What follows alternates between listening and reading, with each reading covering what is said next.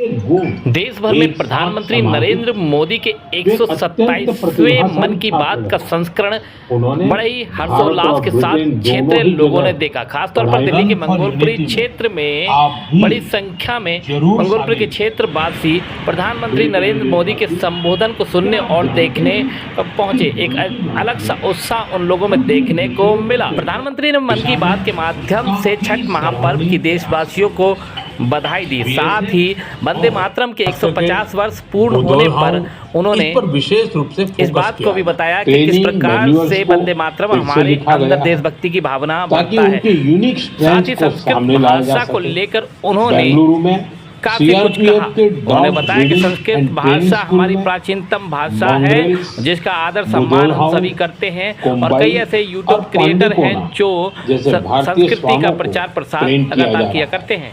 मंगोलपुरी के मन की बात कार्यक्रम आयोजित किया गया, जिसमें खास तौर पर एक विशेष बात रही कि कार्यकर्ता कम थे लेकिन स्थानीय जनता काफी संख्या में थी। तो ये कहीं न कहीं दर्शाता है भारत के प्रधानमंत्री नरेंद्र मोदी की लोकप्रियता, जिसमें जो कार्यकर्ता गण के अलावा स्थानीय जनता काफी बड़ी संख्या में बैठी थी। सीधे तौर पर बात करेंगे, का नाम बताया,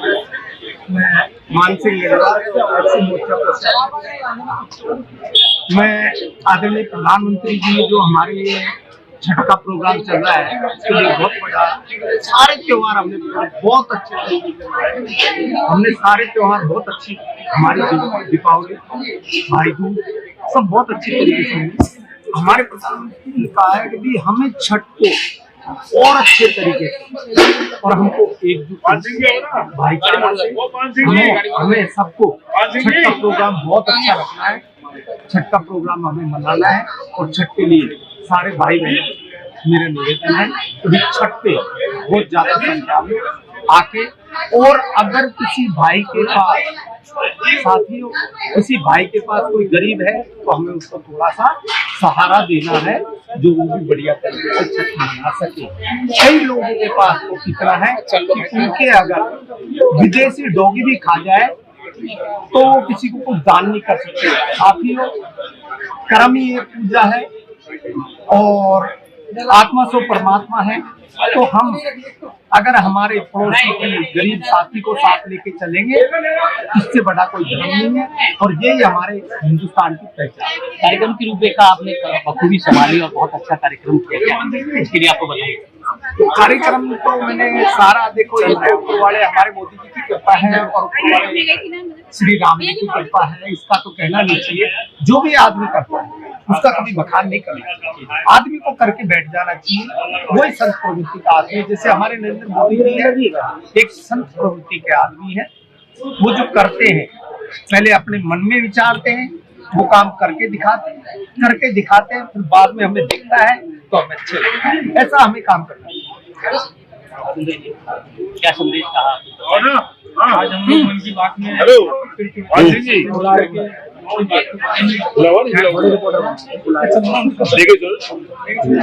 आप बनाए तो मन की बात का जो प्रोग्राम चलता है इससे हमको बहुत अच्छा संदेश मिलता है।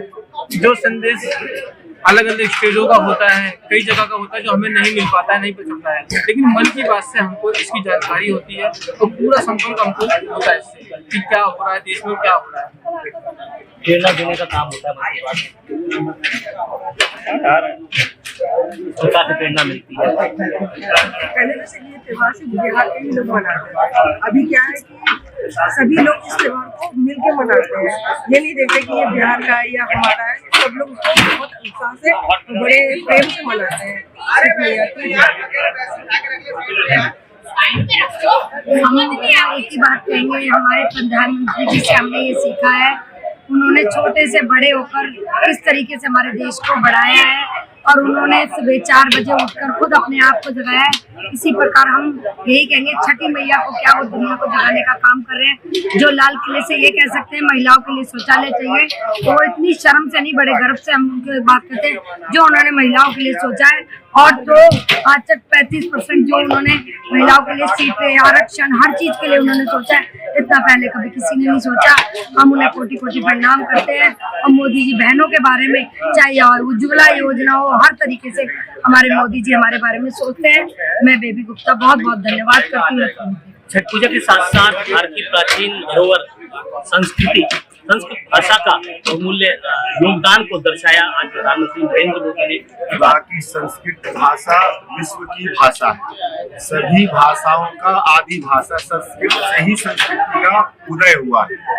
और उस पर प्रधानमंत्री जी जिस प्रकार से अपने गौरवशाली इतिहास को लेकर के जब उन्होंने संस्कृत को आगे बढ़ाने की बात कही, तो बड़े हर्ष और प्रसन्नता का विषय है। भारतवर्ष में तमाम किसी भी समुदाय से कोई व्यक्ति आता हो, उसको संस्कृत जरूर आना चाहिए, क्योंकि हमारे जो महाकाव्य है, वो चाहे वेद हो, पुराण हो, उपनिषद हो, या महर्षि वाल्मीकि जी द्वारा रचित रामायण हो, या वेद व्यास जी द्वारा रचित महाभारत हो, ये सभी महत्वपूर्ण ग्रंथ जो है, जो जीवन को आगे बढ़ाते हैं, जो मानव का विकास करते हैं, वो सब संस्कृत में है। और संस्कृत हमें हमारे लिए सीखना और समझना और जानना और बहुत आवश्यक है। मैं धन्यवाद करता हूँ आदरणीय प्रधानमंत्री जी का, जिन्होंने इस महत्वपूर्ण विषय को आज मन की बात में उठाया और समस्त देशवासियों को अवगत कराया।